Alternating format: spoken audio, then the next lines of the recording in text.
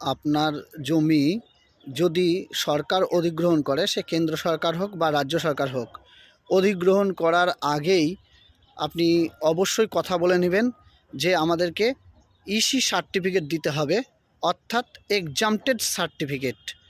এই exempted certificate নিলে কিন্তু আপনারা পরবর্তী সময়ে সরকারি যে চাকুরিগুলো থাকে সেই চাকুরিতে সংরক্ষণের সুযোগ পাবেন এবং এই এক্সামটেড ক্যাটাগরি দিয়ে কিন্তু আপনাদের অনেকেই চাকরি বর্তমানে অনেকে করছে এই এক্সামটেড ক্যাটাগরি দিয়ে।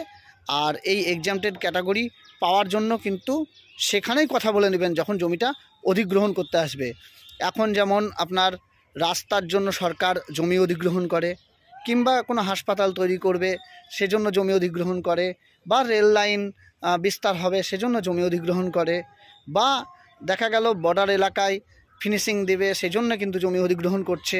এই সব বিষয়ে জমি দেওয়ার আগে বা অধিগ্রহণ করার আগে যে আধিকারিক থাকবে তার সাথে কিন্তু আগে কথা বলে নেন যে পুনর্বাসন প্যাকেজ যেমন মানে সরকারের তরফ থেকে অফার করা হয়, পুনর্বাসন প্যাকেজ তো নেবেনই, তার সাথে কিন্তু আপনারা ইসি সার্টিফিকেটটা নিতে ভুলবেন না।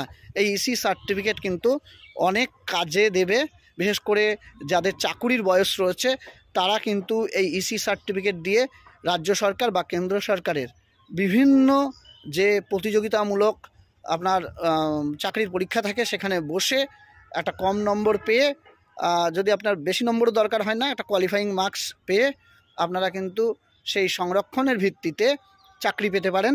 যেমন যদি আপনাদের বর্তমানে প্রাথমিক শিক্ষক মানে হওয়ার জন্য কেউ থাকে এবং ডিএলডি ট্রেনিং থাকে এবং পাশাপাশি যদি ইসি সার্টিফিকেট থাকে, তার চাকরি কিন্তু অনেকটাই কনফার্ম হয়ে যায়, মানে টেট পাস করার পর কনফার্ম হয়ে যায়।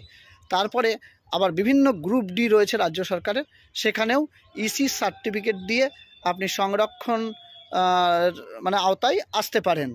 আবার কেন্দ্র সরকারের বিশেষ করে রেলের গ্রুপ ডি বা অন্যান্য গ্রুপ ডির যে চাকরিগুলো রয়েছে সেখানেও ইসি সার্টিফিকেট কিন্তু ভ্যালু দেওয়া হয়। বিহারে কিন্তু এরকম অনেকে রেলে চাকরি পেয়েছে, বিশেষ করে রেলকে জমি দিয়ে ইসি সার্টিফিকেট নিয়েছে, প্লাস পুনর্বাসন প্যাকেজও নিয়েছে তারা। এবং আজকে বিহারের মানে অনেক যুবক তারা কিন্তু রেলে চাকরি করছে। বিশেষ করে রেলমন্ত্রী লালু প্রসাদ যাদব যখন ছিল তখন কিন্তু প্রচুর ছেলেমেয়ের কাছ থেকে তারা জমি নিয়েছে আর ইসি সার্টিফিকেট দিয়েছে। আর ওই ইসি সার্টিফিকেট দেখে, অর্থাৎ এক্সামটেড ক্যাটাগরির সার্টিফিকেট দেখে প্রচুর ছেলে মেয়ে তারা চাকরি করছে, এরকম কিন্তু রয়েছে।